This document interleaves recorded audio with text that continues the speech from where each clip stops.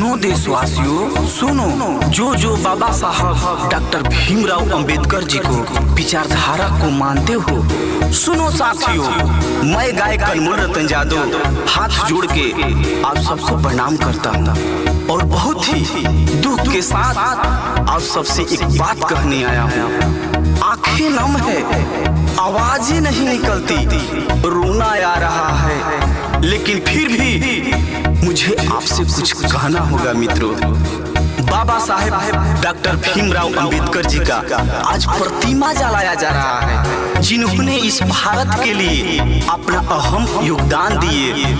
दिन रात एक एक करके संविधान बनाए, उस संविधान से खेला जा रहा है, जिन्होंने हमें बोलने की ताकत दी, पढ़ने और लिखने के लिए हाथों में कलम धराए। आज हमारे दिलों से खेला जा रहा है और आज हम सबके नजर के सामने ही बाबा साहेब का अपमान किया जा रहा है। मैं इसका घोर निंदा करता हूँ और आप सबसे हाथ जोड़ के विनती करता हूँ कि इसका घोर विरोध करें, क्योंकि जिन्होंने जग कर जगाया हमें, खुद रोकर हंसाया हमें, और कैसे भूल जाऊं हम डॉक्टर भीमराव अंबेडकर जी को, जिन्होंने पढ़ना लिखना